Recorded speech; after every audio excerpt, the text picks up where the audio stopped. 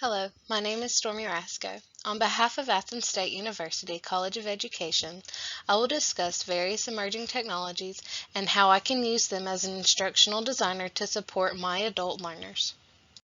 To begin, we need to understand the definition of emerging technologies. In the article, What is an Emerging Technology?, Danielle Rotolo and colleagues define emerging technologies as those that display radical novelty, fast growth, coherence, prominent impact, uncertainty, and ambiguity. Emerging technologies may not necessarily be new all of the time. Instead, they can be slight enhancements made to existing technologies.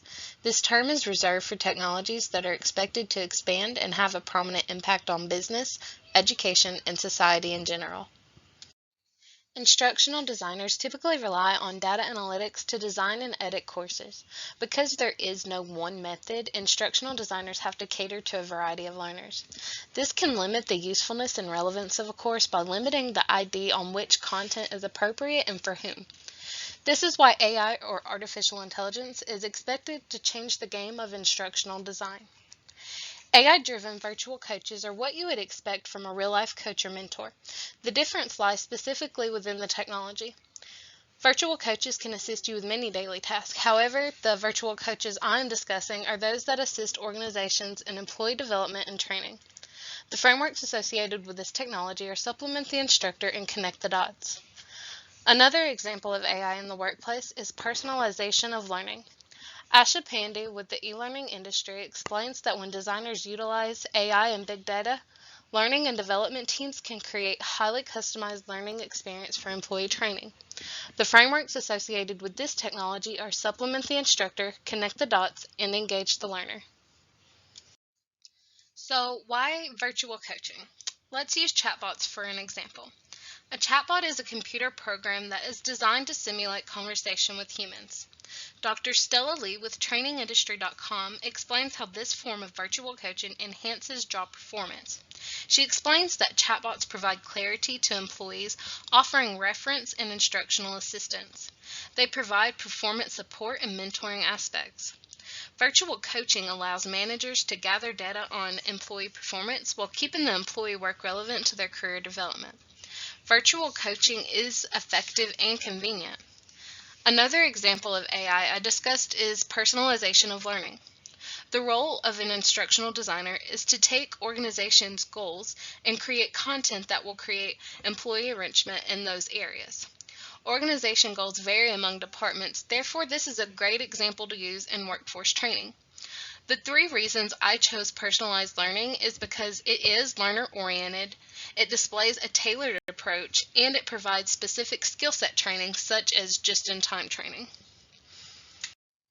The Internet of Things, or IoT, refers to interconnected objects that can collect and transfer data through a wireless internet connection.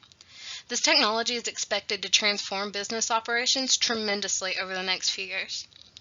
To utilize this technology, employers can encourage the enrollment of MOOCs for job training. The frameworks associated with this technology are Build the Community, Design for Life, Supplement the Instructor, and Connect the Dots. Another example of utilizing IoT in workforce training is the use of geofences. Geofencing is a type of technology that uses a GPS or RFID to act as an invisible fence around an area. The frameworks associated with this technology are Build the Community and Connect the Dots. MOOCs are massively open online courses. Monica Homori with Harvard Business Review conducted a study and concluded that more than 1/3 of employed learners said that they had received no training from their organizations in the last 12 months. She also stated that when employers provide support for MOOCs, completion rates rise from 15% to 58%. This technology supports adult learners in business training by providing self-directed learning, asynchronous opportunities, and broader competencies. The purpose of the geofence is to become alert when someone enters the area so that it can push notifications or text messages to the individual. Some retail stores currently use geofencing to target their customers by sending ads and even coupons to their phones. However, using geofencing for learning and development and corporate training is a new phenomenon that is expected to take off in the next few years. Why? Well, because of its convenience. For example, blue-collar workers spend a lot of time in the field. It isn't always practical for them to complete training courses at a desk. Ballard Giroux, author with eLearning Industry, explains that geofencing provides on-demand training by providing problem-solving and informative training, on-demand micro-learning, interactive bespoke content, and knowledge reinforcement. I chose to discuss immersive learning last because this form of technology is already changing the way that organizations conduct business training.